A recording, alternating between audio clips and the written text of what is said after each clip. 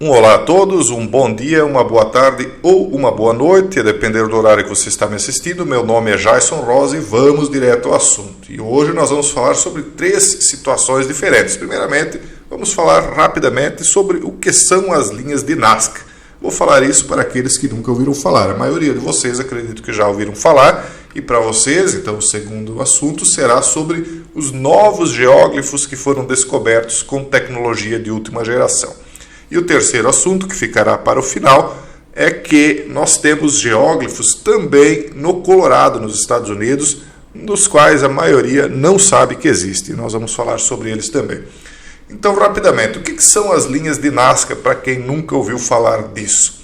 Essas linhas de Nazca são desenhos como esse que você está vendo aqui na tela, que são desenhos gigantescos feitos no chão do deserto de Nazca, no Peru, que só podem ser vistos do ar, ou seja, por quem está passando de avião, porque quem está andando no chão apenas vê algumas linhas traçadas no chão, linhas grossas, em alguns momentos de até 1 metro de largura, e note e se impressione, com até 1 metro de profundidade. Como assim, Jason? 1 metro de profundidade da linha?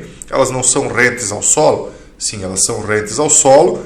Porém, se você escavar no local onde essas linhas estão desenhadas, porque elas diferem da cor do solo, elas têm uma cor mais esbranquiçada, enquanto o solo tem uma cor um pouco mais escura, se você cavar onde essas linhas estão, elas em muitos dos locais estão até 1 metro de profundidade, contendo esse material diferente.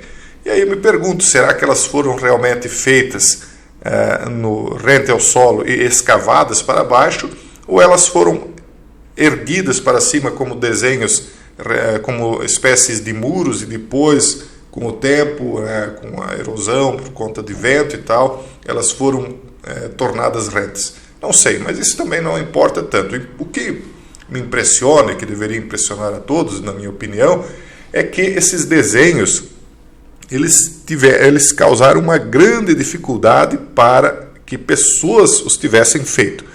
Porque isso aqui, pessoal, não são desenhos pequenos. Como eu já disse, você só consegue enxergar eles a partir de aviões. Então, eles são tão grandes que você imagina a dificuldade que eles tiveram na antiguidade para fazer esse escavamento de buracos ou erguer pequenas muretas, que seja, com um material de cor diferente. E aí você vê figuras como essa aqui, um desenho que aparentemente não faz sentido nenhum. Por que é que alguém desenharia uma criatura tão estranha, teria tanto trabalho para fazer algo assim, se, além de tudo, as pessoas não poderiam enxergar esse trabalho artístico, digamos, né? Só se elas pudessem voar. Isso aqui foi feito numa antiguidade muito distante. Então, traz várias dúvidas. Primeiro, será que existiu uma civilização no passado que podia voar, né, para que esses desenhos pudessem ser vistos? Segunda pergunta, será que existiram criaturas tão estranhas quanto essas que nós estamos vendo na tela? Ou, em terceiro lugar, se não existiram, será que as pessoas usavam isso para um tipo de cunho religioso, como se eles esperassem que deuses nos céus pudessem ver os desenhos? E, em terceiro lugar, será que foram realmente civilizações mais avançadas que fizeram? Vamos analisar um pouquinho aqui algumas dessas coisas, né, que estão sendo trazidas nessa matéria. Depois nós vamos falar sobre outros geóglifos mais recentes ainda. E por fim vamos falar sobre aqueles que são localizados lá no Colorado e quase ninguém conhece. Então aqui eles falam que alguns desses geóglifos têm formas humanas, de animais ou de plantas. Outros são seres míticos, desconhecidos, que parecem frutos da imaginação. As chamadas linhas de Nazca, localizadas em um deserto no centro-sul do Peru, continuam intrigando cientistas e visitantes centenas de anos após sua criação. Algumas estão em perfeito estado, enquanto outras foram parcialmente apagadas pelo vento, pela erosão e pela passagem do tempo. Mas agora um grupo de especialistas japoneses encontrou, por meio da tecnologia de última geração, uma série de geóglifos desconhecidos até então. E isso aqui é a grande sacada aqui que eles fizeram através da inteligência artificial. Por exemplo, esse desenho aqui não tinha sido detectado anteriormente.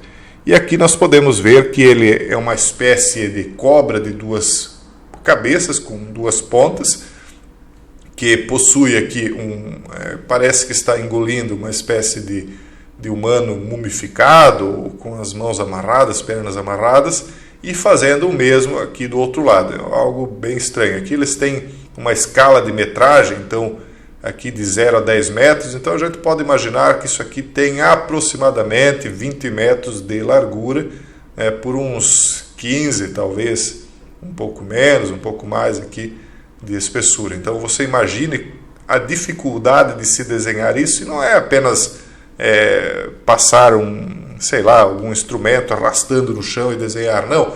Eles tiveram que escavar ou levantar muretas que depois foram soterradas pelo vento. Então isso aqui mostra uma cobra de duas cabeças pronta para devorar 2 seres humanos. Será que uma criatura assim existiu no passado? Se não existiu, por que desenharam? E se desenharam, fizeram isso para quem, uma vez que ele só pode ser visto a partir dos céus? Segundo informou, então, um comunicado da Universidade de Yamagata, que apoiou o estudo, acredita-se que os geóglifos encontrados foram criados entre os anos 100 a.C. e 300 depois de Cristo, sendo que a maioria está em estado precário. Quando eles apresentam essas datas, a gente tem de dar um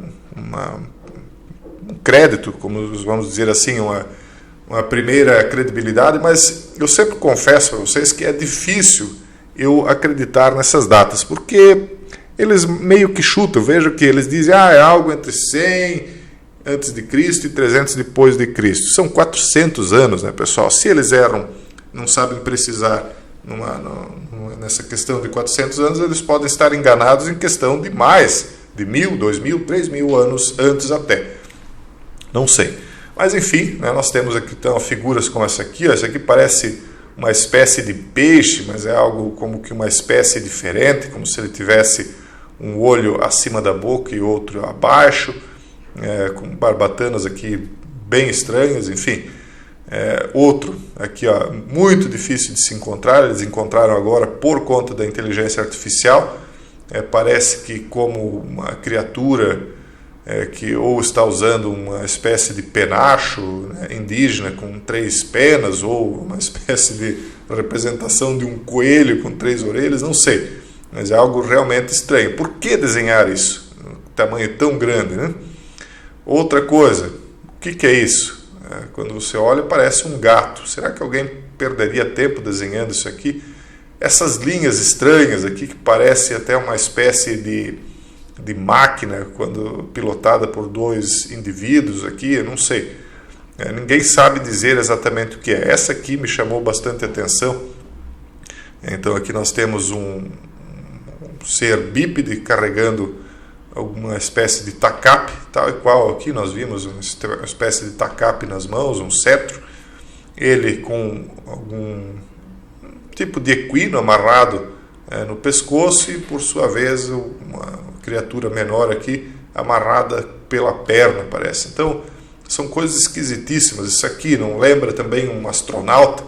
Veja só, ele tem 2 metros de largura nessa escala, então ele deve ter aqui aproximadamente 4 metros de largura daqui, então aqui mais uns 2 metros, 3 metros, e aqui imagina-se que deva ser algo próximo de 8 a 9 metros de altura. Então veja só o desenho, parece aqueles capacetes de astronautas, né, brilhando, então é algo como se refletindo a luz do sol ou emitindo luz própria. E aqui nós encontramos outras criaturas, são muitas. Essa aqui é clássica, essa aqui nós já conhecíamos, mas é um novo macaco agora, igual àquele que já era conhecido das linhas de Nazca. Nós temos outras figuras aqui, 50 novas figuras de Nazca descobertas no Peru. Eu não vou mostrar todas, só algumas para vocês. Veja aqui uma espécie de criatura com um pescoço dobrado para trás, um tipo de um macaco também. Não dá para saber exatamente o que é, porque parece que está representando criaturas que não existem mais. Coisas que eventualmente existiram no passado, mas que não existem mais. Essa aqui é ainda mais complicada, uma imagem zoomórfica, recentemente restaurada daí em Palpa, né? Então são fotografias feitas por drones, e daí as fotografias são decifradas aí pela inteligência artificial. Essa aqui já é clássica, né? Todo mundo já conhece essas figuras mais antigas aí de Nazca, que são aranhas, ou que lembra uma aranha, né, gigantesca. E aí nós vemos, enfim. E aí, como eu prometi para vocês, deixei por último aqui os geoglifos antropomórficos do deserto do Colorado. Então não é só em Nazca, né? Aqui no Colorado eles até cercaram, vocês estão vendo aqui que eles colocaram cercas para que os turistas, né, que vão até a região não passem por cima dessas figuras e acabem deteriorando elas ainda mais do que já estão. Então aqui nós vemos algum tipo de humanoide desenhado também. Então nós vemos aí que não é apenas em Nazca que isso foi feito, né? Então a National Geographic Society e os Smithsonianos, né, o Instituto Smithsoniano, enviou uma equipe de arqueólogos para investigar os entalhes em 1952. E uma história com imagens aéreas apareceu na edição de setembro da National Geographic. Eu digo para vocês que pessoas como os do Instituto Smithsoniano, eles sabem exatamente do que se trata. A gente tem algumas teorias do que seria, né? A gente, prova não tem, existem muitos indícios que apontam para aquilo que foi descrito em Gênesis 6 e também em Enoque capítulo 6.